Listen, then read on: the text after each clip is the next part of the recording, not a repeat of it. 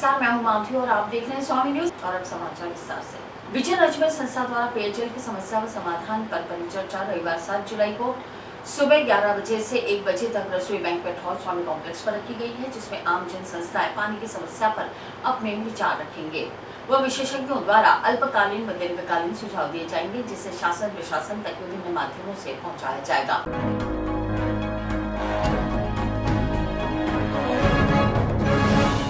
Vision Ajmer द्वारा 7 जुलाई को प्रातः 11 बजे एक परिचर्चा का आयोजन रखा गया है।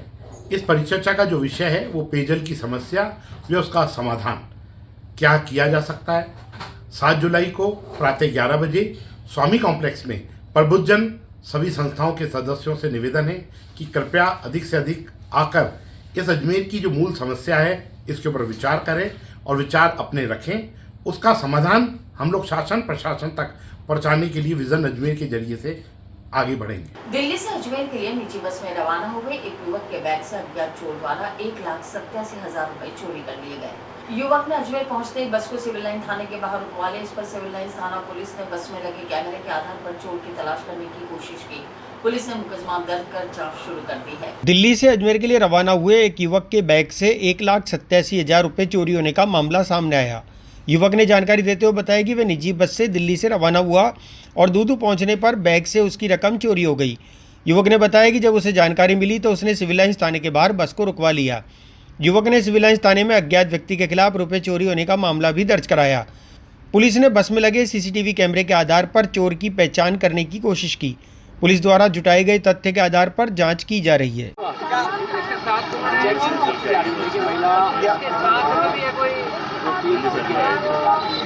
दूदू में कहीं होता है वहाँ से पैसेंजर उतरा है।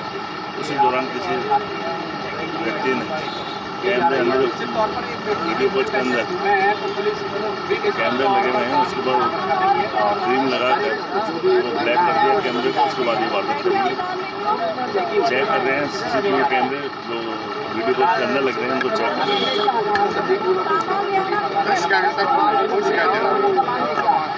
वाला पैसेंजर ही है।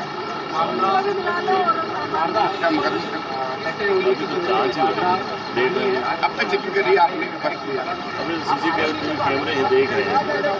उसमें आ रहा है वो संदेश देख रहे हैं। पैसेंजर को चेक करते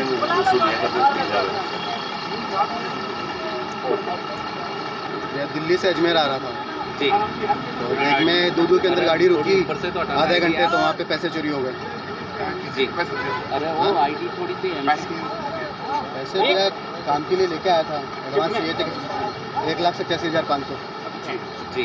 पूरा घटना बताओ हुआ क्या? यह हुआ यही है कि बैग से पैसे चोरी हो गए। घटना यही है। अब दूदू के अंदर हुए रेस्टोरेंट। ये क्या मामला है? पूरा मुझे घटनाक्रम हुआ गाड़ी के बस के ड्राइवर ने सूचना दी दूदू से कि किसी पैसेंजर के पैसे गायब हो गए। तो मैंने ये कहा कि भाई दूदू थाने में लगा दे गाड़ी, वहाँ सब सवारियों को चेक करवा दे। पैसेंजर ने जिसका बैग में से पैसे चोरी, उसने कहा नहीं अजमेर सिविल लाइन थाने ले चलिए, वहाँ चेक कराएंगे। तो उसको सिविल लाइन थाने पे लाया गया ड्राइवर के मैंने कहा तो ड्राइवर यहाँ लेके आया। पुलिस चेक कर रही है कैमरे को, गाड़ी में कैमरे लगे हुए हैं, देखो क्या होता है। अपने बस कहाँ का रोकी थी? अजमेर से दिल्ली जाती है, दिल्ली से अजमेर आती है। रास्ते में कहीं रोकी और सवारियों? रास्ते में हाँ, इन्होंने बाथरूम और टॉयलेट कराने के लिए चाय वाय पीने के लिए रोकी थी गाड़ी, वही वारदात हुई है। अभी तक कोई पता चला है? फोटो आ रही है उसकी, बस एक ही साफ नहीं आ रही है। देख रहे हैं। ये आपका नाम? मेरा नाम संजय वर्मा, मैं ओनर हूँ गाड़ी का। क्या हुआ था? भाई बता रहा था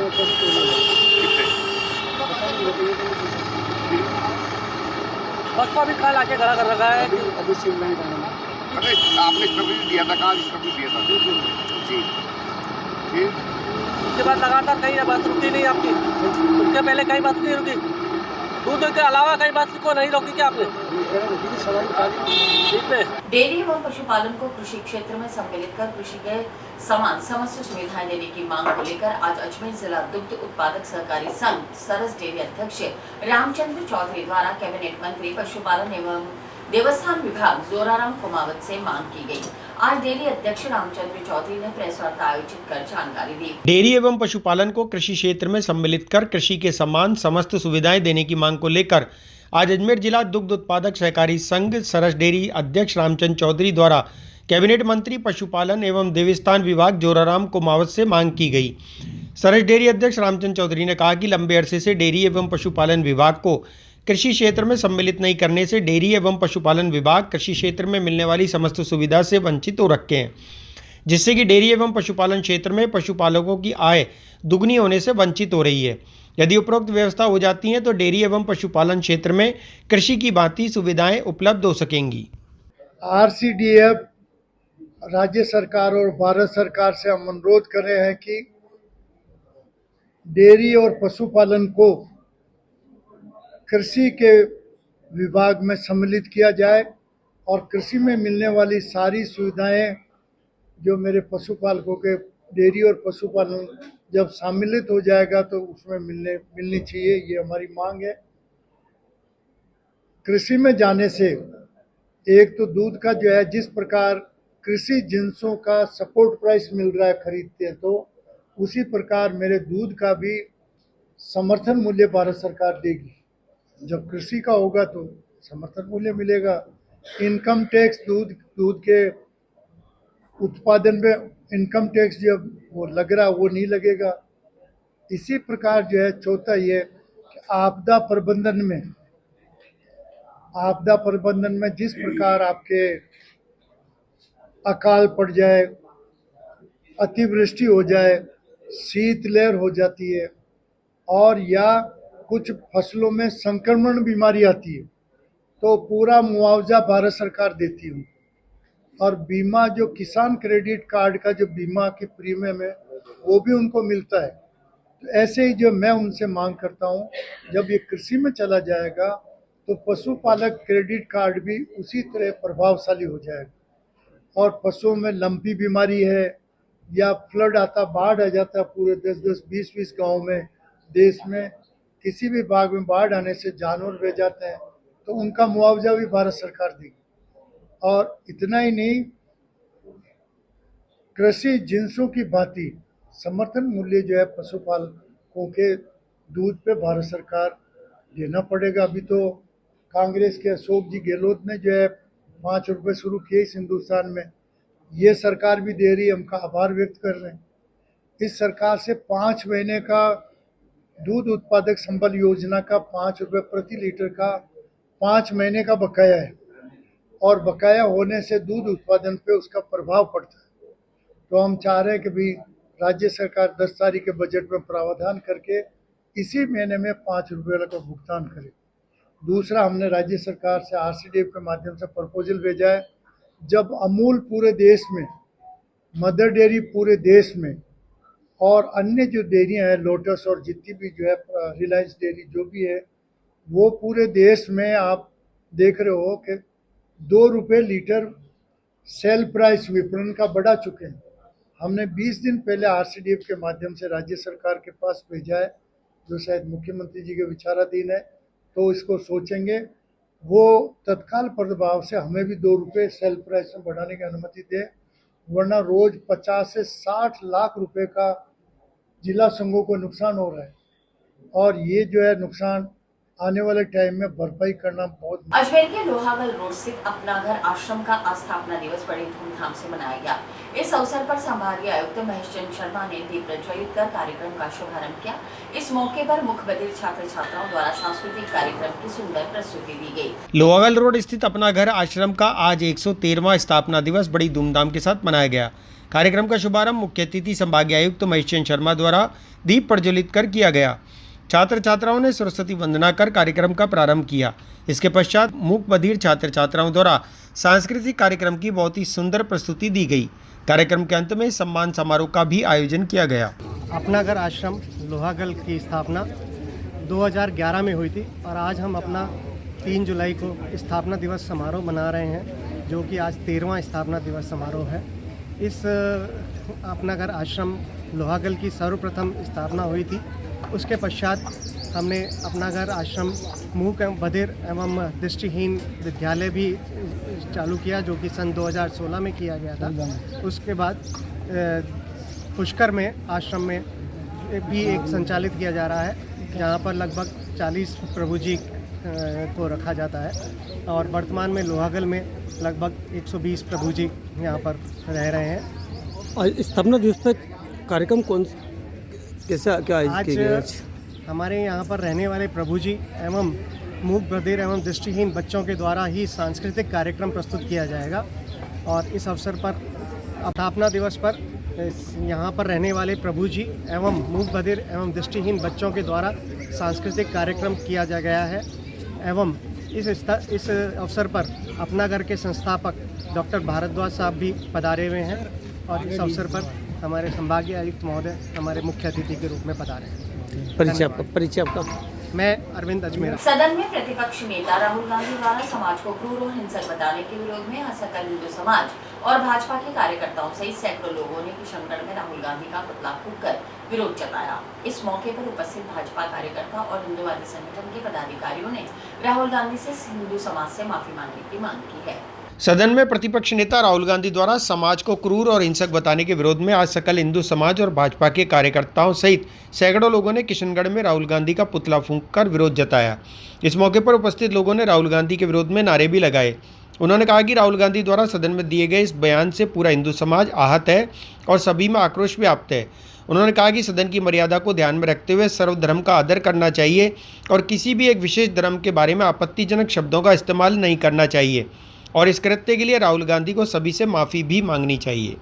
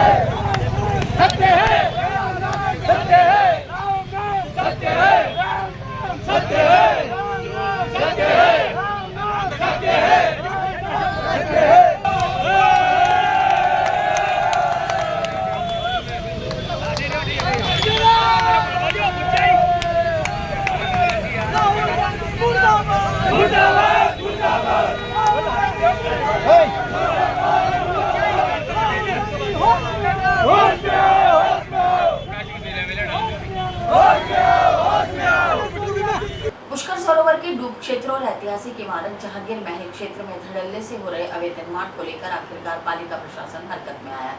बुधवार को पुष्कर सरोवर के आरटीडीसी होटल के पास के निर्माण पर नोटिस चस्पा किए गए और आज गुरुवार को अवैध निर्माणों को जमीन दिखा दी गई।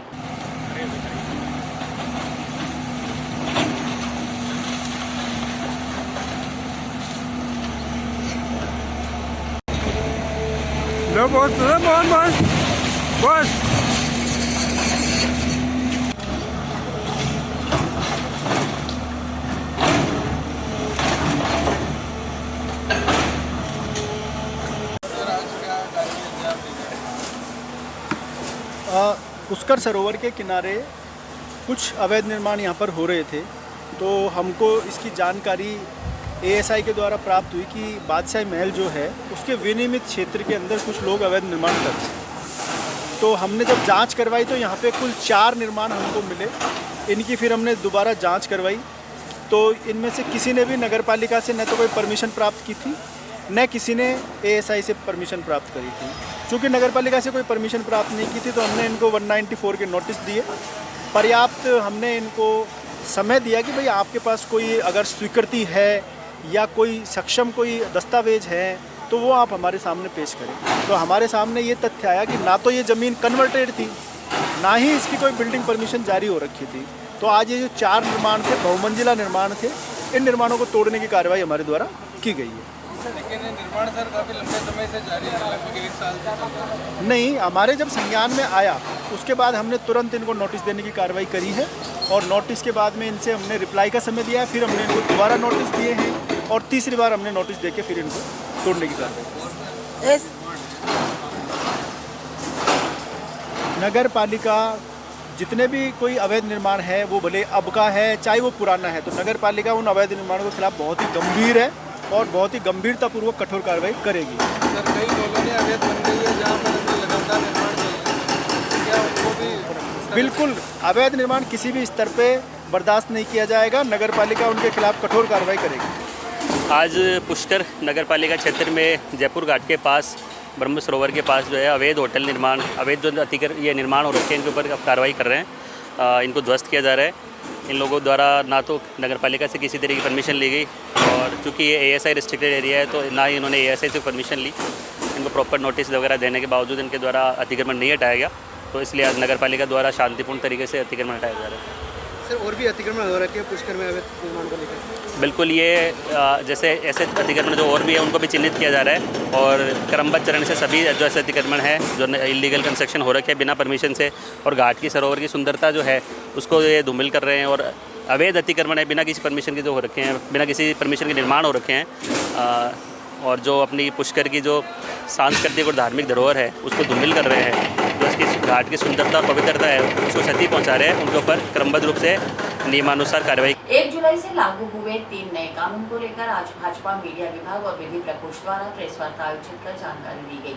इस मौके पर केंद्रीय कृषि राज्य मंत्री भागीरथ चौधरी और शहर जिला भाजपा अध्यक्ष रमेश सोनी ने भारतीय न्याय संहिता, भारतीय नागरिक सुरक्षा संहिता और भारतीय साक्ष्य अधिनियम के बारे में बताया। आज भाजपा मीडिया विभाग व विधि प्रकोष्ठ द्वारा प्रेस वार्ता आयोजित कर जानकारी दी गई। प्रेस वार्ता को केंद्रीय राज्य मंत्री भागीरथ चौधरी, शहर जिला अध्यक्ष रमेश सोनी ने संबोधित करते हुए कहा कि 1 जुलाई 2024 से लागू होने वाले 3 नए कानून भारतीय न्याय संहिता, भारतीय नागरिक सुरक्षा संहिता और भारतीय साक्ष्य अधिनियम है।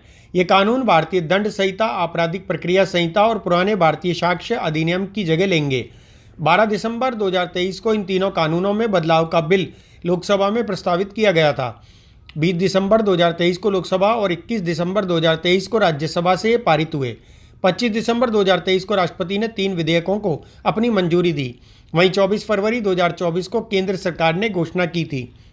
अंग्रेजों के ज़माने के भारतीय दंड संहिता, दंड प्रक्रिया संहिता और साक्ष्य अधिनियम अब समाप्त हो गए हैं।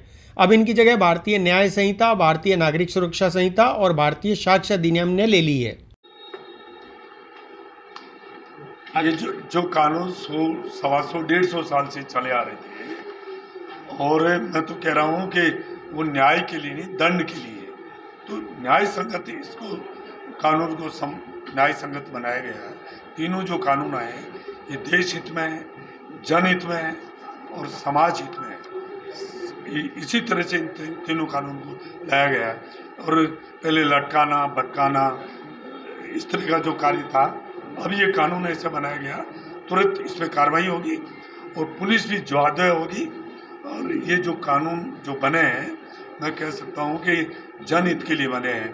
जो पहले मैं कह रहा हूँ 100, 125, 150 साल पहले से कानून जो चले आ रहे थे, परंतु इन कानूनों में जो बदलाव किया है मैं कह रहा हूँ इसके लिए देश के प्रधानमंत्री नरेंद्र भाई मोदी जी और हमारे देश के गृह मंत्री अमित शाह जी को मैं आभार व्यक्त करना चाहते हैं, धन्यवाद देना चाहते हैं कि उन्होंने ये न्याय संगत कानून बनाया और आम जन को इससे फ़ायदा है।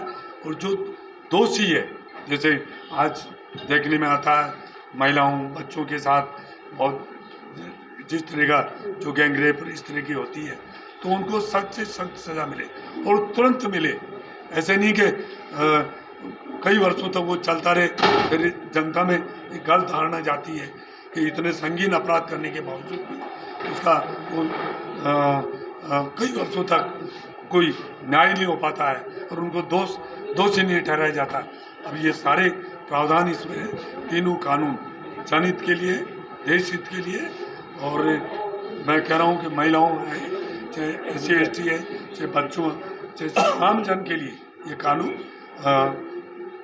हितकारी है। और इस कानून में जो बदलाव किया है वो सारी स्थिति परिस्थिति को देखकर किया गया है, क्योंकि 100-150 साल पहले जो कानून जो अंग्रेजों के टाइम, ब्रिटिश टाइम से जो चला आ रहा था, वो वास्तव में इस देश के लिए, वो देश हित के लिए वो ठीक नहीं था। इसलिए उनको तर्क संगत बनाकर इन कानूनों, तीनों कानून जो आए हैं, ये देश हित के लिए, जनहित के लिए, इसके लिए प्रधानमंत्री नरेंद्र भाई मोदी जी का और गृह मंत्री अमित शाह जी का बहुत बहुत आभार, उनका बहुत बहुत धन्यवाद। देखिए, वर्तमान के अंदर भारत सरकार ने 2023 के अंदर लोकसभा एवं राज्यसभा सदन से जो हमारे ब्रिटिश काल के हमारे कानून और दंड व्यवस्था के जो प्रावधान थे उनमें परिवर्तित किया, और 1860 की जो आईपीसी इंडियन पेनल कोड थी उसको वर्तमान में भारतीय न्याय संहिता के अंतर्गत परिवर्तित किया गया। इसी प्रकार से जो सीआरपीसी धारा थी उसको भारतीय नागरिक सुरक्षा संहिता के रूप में परिवर्तित किया गया, और जो तीसरा एक बड़ा एक्ट था इंडियन एविडेंस एक्ट, उसको भारतीय साक्ष्य अधिनियम के रूप के अंदर परिवर्तित किया गया। कुल मिलाकर के जो न्याय की एक स्थापित सिद्धांत होता है कि समाज को न्याय मिले, उसके नाते जिस प्रकार की हमारी ये प्रावधान पूर्व में थे उसके अंदर कहीं न कहीं जो है न्याय व्यवस्था और जो हमारी कानून व्यवस्था थी उसके अंदर बहुत सारी कमियां थी, और उसके कारण से कहीं न कहीं जो आरोपी थे उनको बड़ा फ़ायदा मिलता था। लेकिन वर्तमान में जो ये तीनों एक्ट हमारी गवर्नमेंट लेकर के आई है, इस एक्ट के माध्यम से अब कई तरह की जो है सहायता आम जनता को मिली है। जिस प्रकार से एक जीरो रिपोर्ट दर्ज नहीं होती थी क्योंकि थाना क्षेत्र का विवाद होता था, लेकिन अब पूरे देश भर में कोई भी व्यक्ति कहीं भी जाकर के अपनी रिपोर्ट दर्ज करा सकता है। साथ ही न्याय के अंदर त्वरित व्यवस्था, ये न्यायशास्त्र का मूल सिद्धांत है कि जो विक्टिम है, जो पीड़ित है, उसको तुरंत राहत मिले। इसके नाते अब जो तय किए गए हैं कि 90 दिन के अंदर रिपोर्ट दर्ज होने के बाद 90 दिन के अंदर पुलिस को चार्जशीट जो है फाइल करनी पड़ेगी। उसी प्रकार से कोर्ट में जाने के बाद 60 दिन के अंदर उस पर आरोप तय होंगे, और अगले 30 दिन में जो है उस पर उसको फैसला देना होगा कोर्ट को, और उसके आगामी 7 दिनों के अंदर उस कोर्ट के फैसले की कॉपी देनी पड़ेगी। यानी एक समयबद्ध रूप से सारा काम कर दिया गया। जो पूर्व के अंदर जिस प्रकार से वर्षों तक जो प्रकरण लंबित रहते थे, अब वो लंबित नहीं रहेंगे, और कुल मिलाकर के इस पूरे जो तीनों एक्ट में प्रावधान में चेंज किया गया है, इससे आम जनता को बहुत राहत मिलेगी। और निश्चित रूप से जो हमारे संविधान की मूल आत्मा है कि सबका समानता का अधिकार मिले, सबको न्याय की व्यवस्था हो, उसके अंतर्गत ये जो तीनों परिवर्तन किए गए बहुत ही ऐतिहासिक है। इसका स्वागत योग्य कदम है। अजमेर झूलेलाल सेवा मंडली, झूलेलाल मंदिर, वैशाली नगर अजमेर एवं भारतीय सिंधु सभा अजमेर महानगर के संयुक्त तत्वावधान में अंतर्राष्ट्रीय प्लास्टिक मुक्त दिवस पर कपड़े के बैग्स बांटे गए। अजमेर झूलेलाल सेवा मंडली, झूलेलाल मंदिर, वैशाली नगर अजमेर एवं भारतीय सिंधु सभा अजमेर महानगर के संयुक्त तत्वावधान में अंतर्राष्ट्रीय प्लास्टिक मुक्त दिवस पर कपड़े के बैग बांटे गए। महासचिव ईश्वरदास जेसवानी ने बताया कि अंतर्राष्ट्रीय प्लास्टिक मुक्त दिवस के अवसर पर झूलेलाल मंदिर के सभी ट्रस्टियों और सेवादारियों, मंदिर के अध्यक्ष प्रकाश जेठरा, भारतीय सिंधु सभा के राष्ट्रीय उपाध्यक्ष महेंद्र कुमार तीर्थानी, जयप्रकाश मंगाणी, ईश्वरदास जेसवानी, खुशीराम मिश्रानी, किशन केवलानी, पुरुषोत्तम जगवानी, नारायण जामनानी, मुरली गुरनानी, ओम प्रकाश शर्मा आदि द्वारा कपड़े के बैग बांटे गए, और वैशाली नगर के दुकानदारों और सब्जी के ठेले वालों को प्लास्टिक के थैले का उपयोग नहीं करने हेतु जागरूक भी किया गया। लोग जागरूक होंगे तभी प्लास्टिक के थैलों का उपयोग बंद किया जा सकेगा। पूरा अजमेर प्लास्टिक के थैलों से मुक्त हो, यही प्रयास किया जाएगा। झूलेलाल सेवा मंडली, झूलेलाल मंदिर, वैशाली नगर और भारतीय सिंधु सभा के संयुक्त तत्वावधान में आज अंतर्राष्ट्रीय प्लास्टिक मुक्त दिवस पर थैले बांटे गए। थैले बांटने का हमारा एक यही उद्देश्य है कि जो पॉलीथीन जो थैलियाँ हैं उनसे काफ़ी नुकसान हो रहा है, गायें मर रही हैं, क्योंकि लोग बाग थैलियों में खाना डाल कर फेंक देते हैं, और वो जो गाय खा लेती हैं उनसे गाय मर जाती हैं। तो आज हमने यही संकल्प लिया है कि लोगों को यहाँ घर घर जाकर, दुकान दुकान पर जाकर जागरूक किया है कि आप प्लास्टिक की थैलियाँ कम करके कपड़ों के थैलों का उपयोग करें। आज हमने यहाँ मंदिर पर काफ़ी थैले बांटे हैं और अभी भी बांटने का क्रम जारी हो रहा है, और हमारा यही संकल्प है कि प्लास्टिक मुक्त हो हमारा भारत। और हमने सभी को जागरूक किया है, यहाँ वैशाली नगर वासियों को भी जागरूक किया है कि पॉलीथीन जो थैलियाँ हैं उनको छोड़ के आप कपड़े के थैलों का उपयोग करें। प्रकाश जेठा, झूलेलाल मंदिर, वैशाली नगर अजमेर। शहर में चल रही सीवरेज लाइन के कार्य के कारण जगह जगह सड़कें खुदी ही पड़ी हैं, जिसके कारण आम जन के साथ हादसा होने का डर बना हुआ है। ऐसा एक मामला सामने आया जिसमें एक पार्षद की कार गड्ढे में फंस गई। इस पर क्षेत्रवासियों ने नाराजगी जताते हुए प्रशासन से सड़कों को जल्द से जल्द दुरुस्त करने की मांग की है। ये नारीशाला मेन रोड है जो गड्डी मालियान से सुभाष नगर को लिंक करता है। और जैसा कि आपको पता है कि फाटक का काम चल रहा है, ब्रिज बन रहा है, वहाँ पे पूरा ट्रैफिक का लोड इस रोड पे है। अभी 3 दिन पहले भी मेरी यहाँ पे आपने बाइट ली थी और मैंने बताया था कि ये कार्य सही तरीके से नहीं हो रहा है। कार्य को कोई देखने वाला नहीं है। एक्सीएन, जेईएन, सबको सीवरेज के जितने अधिकारी सबसे संपर्क कर लिया, यहाँ मौके पे कोई नहीं आता है, फ़ोन पे बोलते करा रहे हैं। आज 4 दिन हो गए इस कार्य को पूर्ण हुए हैं। रोड की दशा ये है कि आज मेरी स्वयं की गाड़ी इसमें फंस गई है, जिसके लिए मैंने अभी नगर निगम को शिकायत करी है। बोले अभी रोड बनवा रहे हैं, बहुत ज़्यादा ट्रैफिक है। कल एक स्कूल का ऑटो फंस गया था, उससे पहले एक ट्रैक्टर ट्रॉली पलटा खा गई थी। तो बहुत ज़्यादा दुर्दशा वार्ड की करने में सीवरेज वालों का हाथ है। किसी भी प्रकार से सहयोग नहीं कर रहे हैं और काम की कोई देख रेख नहीं हो रही है, किसी भी क्वालिटी का काम नहीं हो रहा है। अभी से ही सीवरेज की लाइनें चौक होने लग गई है। बहुत परेशानी का सामना करना पड़ रहा है सीवरेज वालों की वजह से। मानसून सर पे और ऐसे में मानसून सर पे और इस रोड को नहीं बना रहे हैं, जबकि 4 दिन हो गए इस कार्य को पूर्ण हुए। स्कूलें खुल चुकी है, बसें पूरी इधर से निकल रही, सब इधर से निकल रही है, लेकिन परेशान हो रही है पब्लिक। यहाँ आके कोई देखने को तैयार नहीं है। बार बार शिकायत करने पर भी यहाँ मौके पर कोई एक्सीएन जेईएन कोई भी नहीं आ रहा है। कितनी देर हो गई इसे निकालते? ये 1 घंटा हो गया सर हमको परेशान होते हुए। इससे पहले एक कार फंस गई थी, उसको भी निकाला था। बच्चों का ऑटो फंस गया था, उसको निकलवाया है।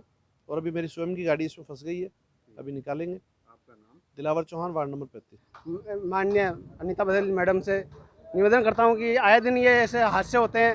रोड का सीवरेज का काम चल रहा है और स्कूल की बसें अलग चल रही है, आए दिन इसमें हादसे होते हैं। बड़े बड़े गाड़ियाँ फंस जाती है, 2 व्हीलर फंस जाती है। बारिश का समय अलग है।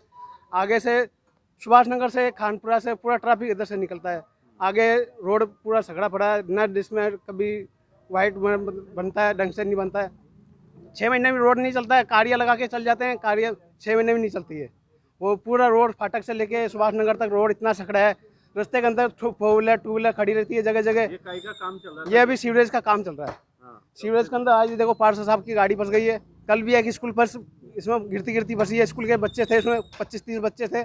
कल भी सुबह ऑटो फंसा आज। ठीक है, नाम बताओ कौन सी जगह? ये नाइसाला चौराहा है, मेन चौराहा है। वो यहाँ मतलब पानी का बढ़ाव रहता है, आए दिन ये हादसा होता रहता है। यहाँ सीवरेज का कार्य बहुत धीरे चल रहा है। वो ये इनको मतलब आज 4 दिन से कार्य बंद पड़ा है। वो 4 व्हीलर जितनी जोश में फाटक से लेके नाइसाला तक रोड पे खड़ी रहती है। इनको मैडम से, वो मेयर साहब से, वो बजरंगलाल जी मुख्यमंत्री जी से कहना चाहता हूँ ताकि ये 4 व्हीलर जितनी है रोड से हटे। और इसी के साथ ये समाचार समाप्त होते हैं। मुझे दीजिए इजाजत। देखते रहिए स्वामी न्यूज़।